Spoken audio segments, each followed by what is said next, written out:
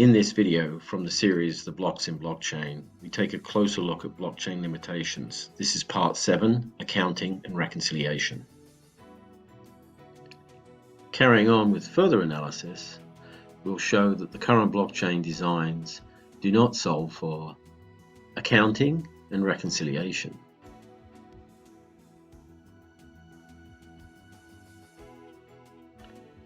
So, when Alice pays Bob or transfers any asset,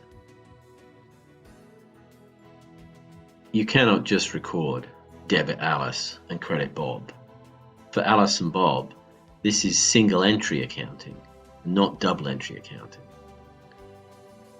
Looking at Alice's financial reporting, there's the transaction ledger, against which offsetting debits and credits are booked against 3 types of accounts.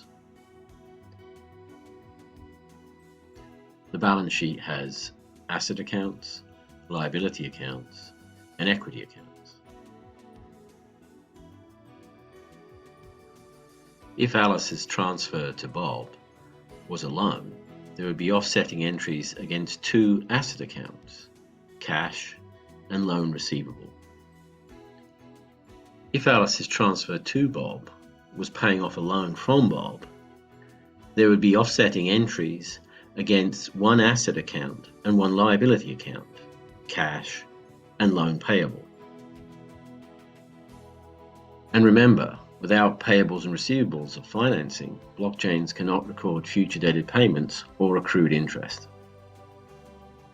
And lastly, if Alice's transfer to Bob was a payment for services provided, there would be offsetting entries against 1 asset account and 1 equity account within the income statement, cash and service expense.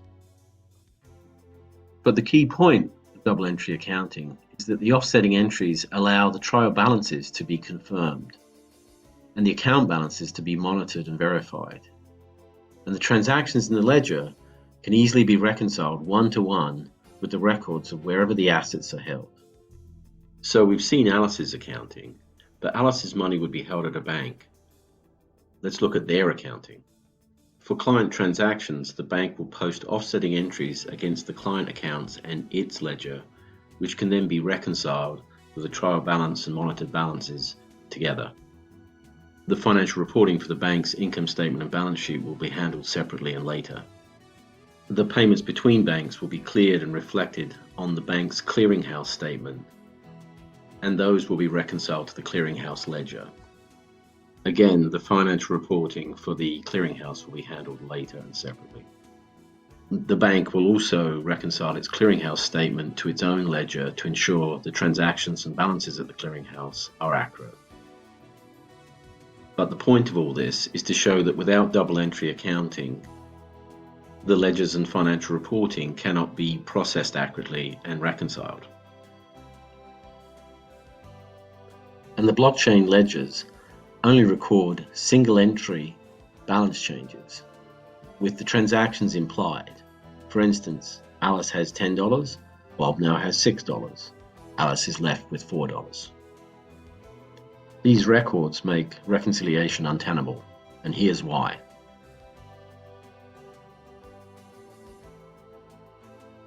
Well, with its single entry balance changes, the only way to reconcile to a blockchain ledger is to take a copy of the entire blockchain ledger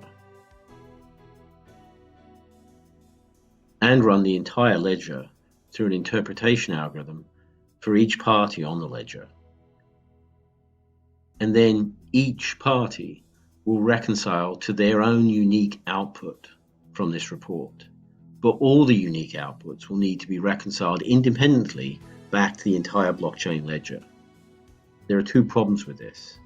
It's complex, prone to error, and takes time, and the audit standards will require keeping copies of all the materials for each reconciliation, which is untenable.